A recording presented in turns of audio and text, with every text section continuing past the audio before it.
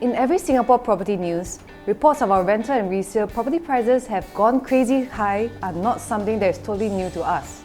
Prices have surged ever since COVID, mainly because of the demand for bigger space and the inflation of construction costs.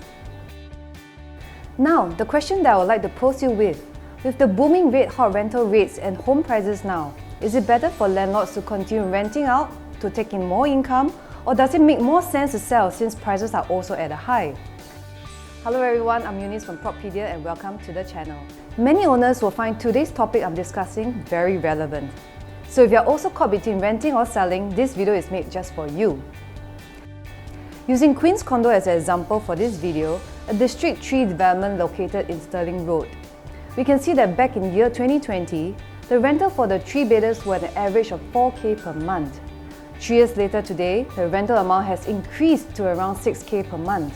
This means that if a landlord were to continue renting out his unit at 6K per month, he will make an additional 2K per month gain on the rental alone, which translates to a net rental income gain of 24K in just 1 year.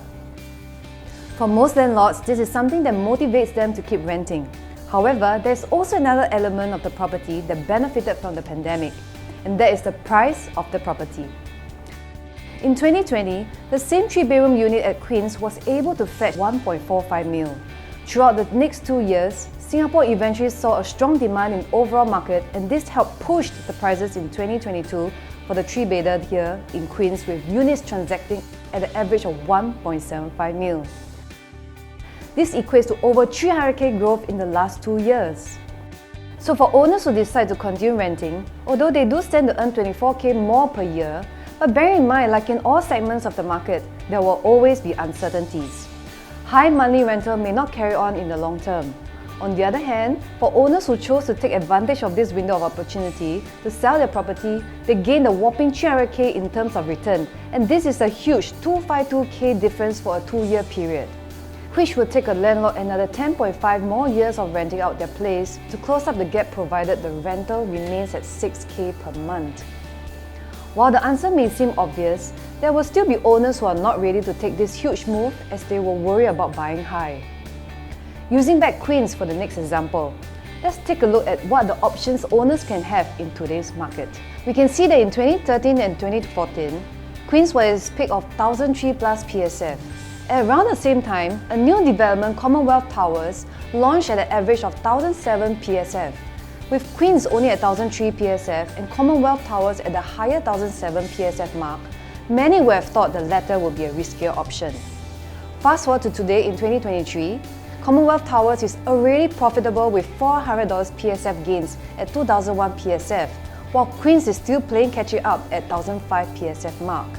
This is the same in today's market. For sure, the newer projects will definitely be priced higher. While it may also seem riskier, you have to remember that all the owners are entering into this same particular new development at around the same price point. The original owners are not going to accept any prices lower than their buying price and will only sell at a higher PSF to the new buyers in future.